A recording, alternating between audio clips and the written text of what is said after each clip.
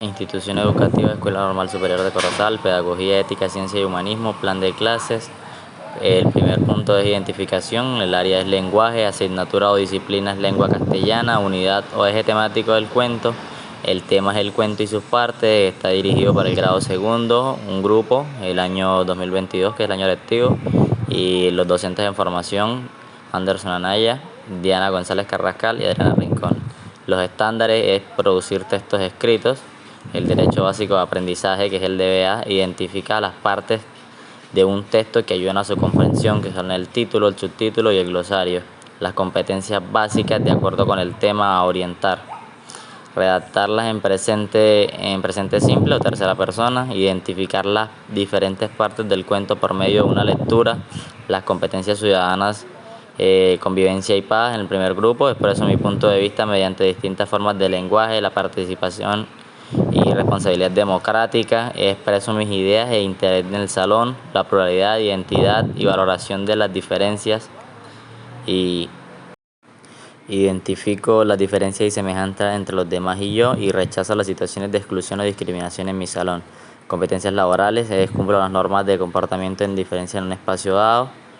Reconozco mis habilidades y destrezas y talentos, mis desempeños, que son identificar los conceptos de cada parte del cuento por medio de una narración, reconocer cada parte del cuento por medio de una lectura, desarrolla las habilidades con la lectura de cuentos, y los indicadores y evidencias de aprendizaje, que son de acuerdo con el DBA, que es reconocer qué es un cuento y qué son las partes, el tiempo empleado es una hora.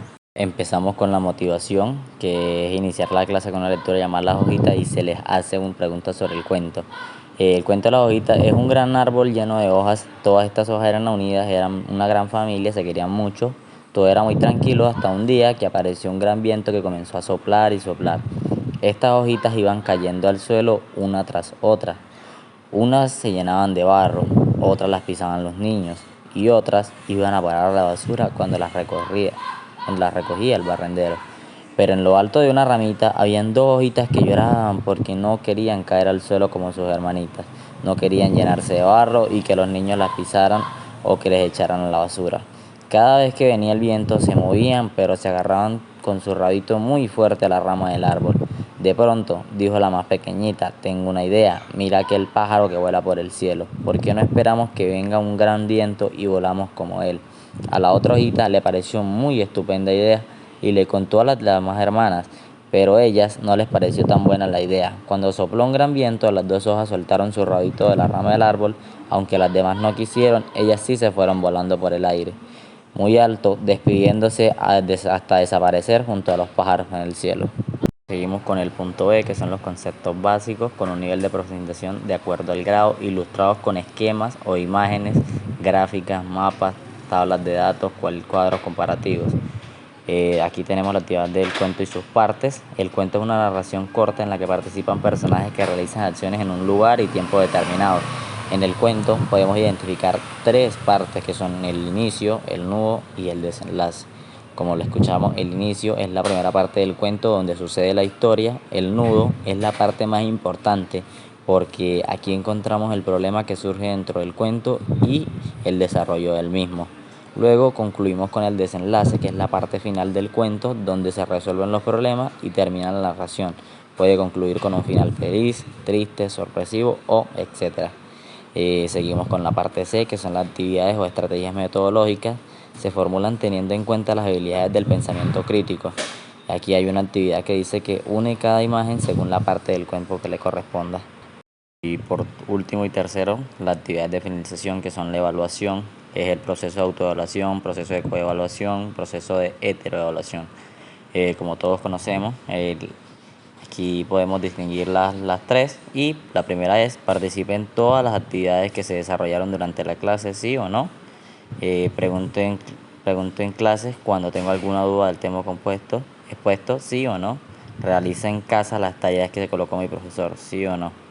Y ¿está el niño dispuesto a ayudar a sus compañeros, sí o no? Durante el intercambio de ideas, el niño aprende de sus compañeros, en la opción sí o no también. Y procesos de relación: presta atención y sigue las instrucciones del docente, sí o no. Y para su participación activa durante la actividad, sí o no. Siguiendo con la parte B del punto 3, que son los compromisos, es realizar la siguiente actividad que identifica las partes del cuento por medio de una lectura con el fin de retroalimentar los conocimientos y puedan resolver sus compromisos. El siguiente texto es el sol y el girasol.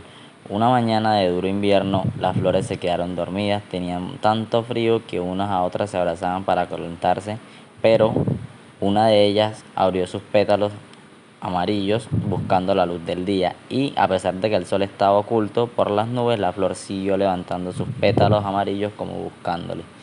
Al darse cuenta de esto, el sol, que todavía lo veía, se acercó a la hermosa flor y le preguntó cómo se llamaba.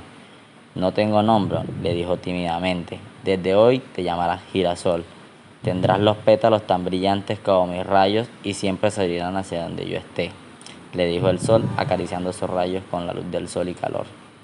El cuento y sus partes, vemos la actividad, hay la estructura del cuento, que es el inicio, el nudo y el desenlace, y el punto 4, que son los elementos organizativos, que son donde sacamos la información, que es la bibliografía cibernética, y los materiales que usamos, que fueron las imágenes, materiales reciclados, fotocopias, delantal con hojas y los links.